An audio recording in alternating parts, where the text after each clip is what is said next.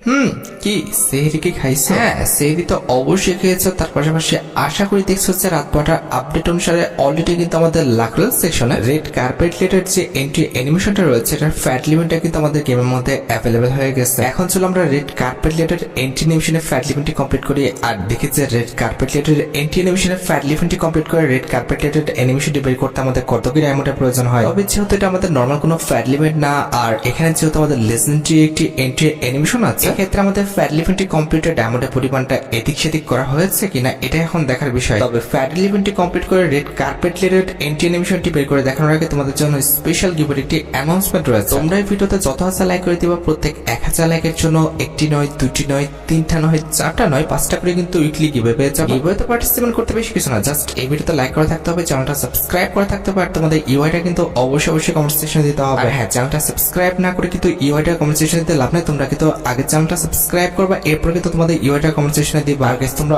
অনেকে আছো যারা কিন্তু নিজেরা ইভেন্টটা কমপ্লিট করতে চাচ্ছ, একদম কম দামে ডায়মন্ড টপ করতে হলে চলে যেতে পারো ড্রিম টপ এই টপ ওয়েবসাইটে। আর তোমরা যারা রিসেলার আছো তারা কিন্তু চাইলে এখান থেকে রিসেল করতে পারো, কারণ এখানে কিন্তু অন্যান্য ডায়মন্ডের প্রাইসটা অনেকটা কম। ওয়েবসাইটের লিংক কিন্তু অবশ্যই পিন কমেন্ট করা। ভিডিও এই পর্যন্ত দেখা হবে অন্য কোনো ভিডিওতে। আল্লাহ হাফেজ।